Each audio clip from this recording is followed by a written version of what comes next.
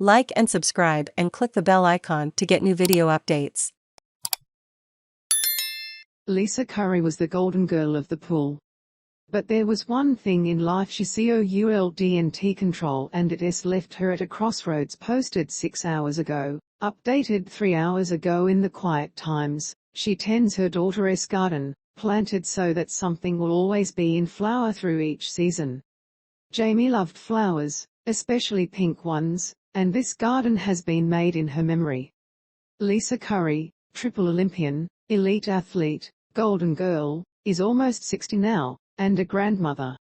It is a time of reflection on a life that has been lived at high velocity. A big life. A series of chapters.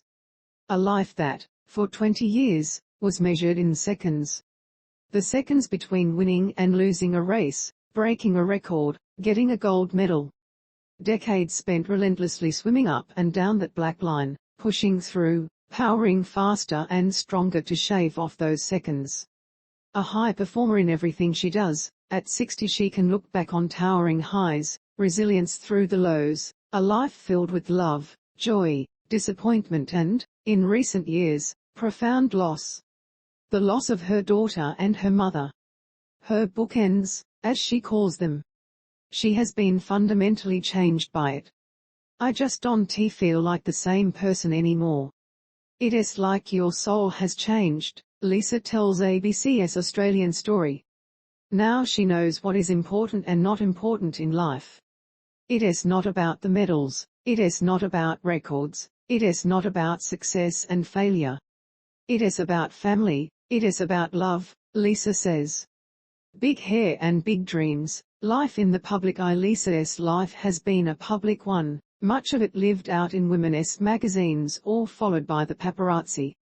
The wholesome blonde, beach girl. The super mum who kept swimming at an elite level after the birth of her daughters.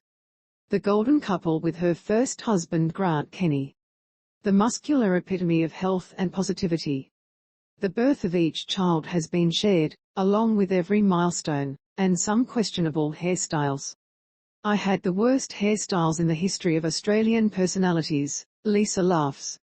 Like, seriously, I had the 80s hairstyle, I had a Billy Idol hairstyle, I had a shocking perm.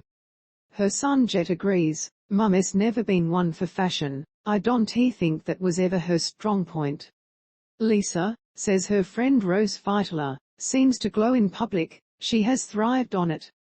In the heyday, in the 80s and 90s, when magazines were big, she would have moved tens of thousands of copies.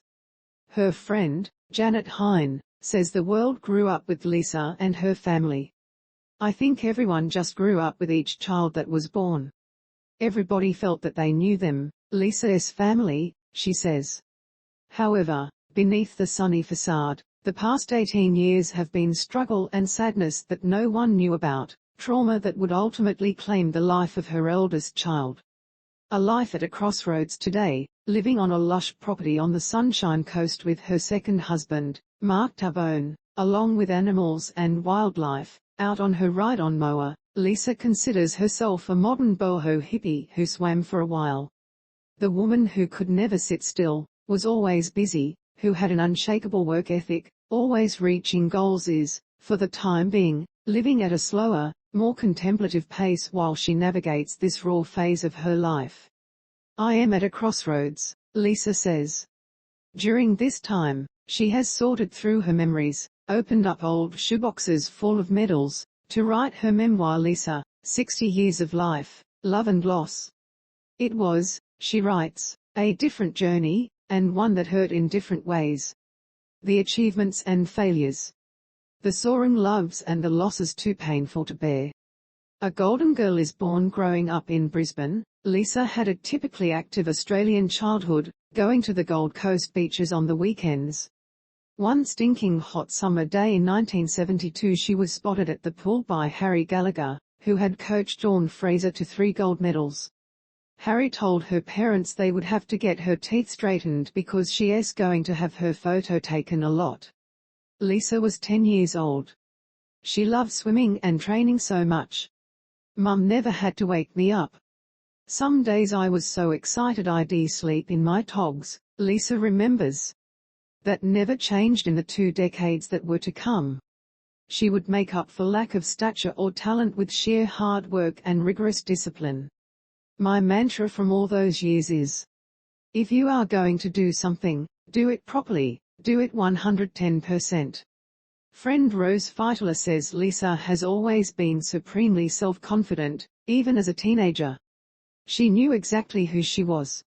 And, not only that, she liked who she was. Lisa estimates she would ultimately swim more than 40,000 kilometers, tracking that relentless black line at the bottom of the pool. Up and down until I knew every crack in the pool tiles and how many strokes it would take me to get to the other end, how many breaths I could take. By the time she was 14, Lisa was one of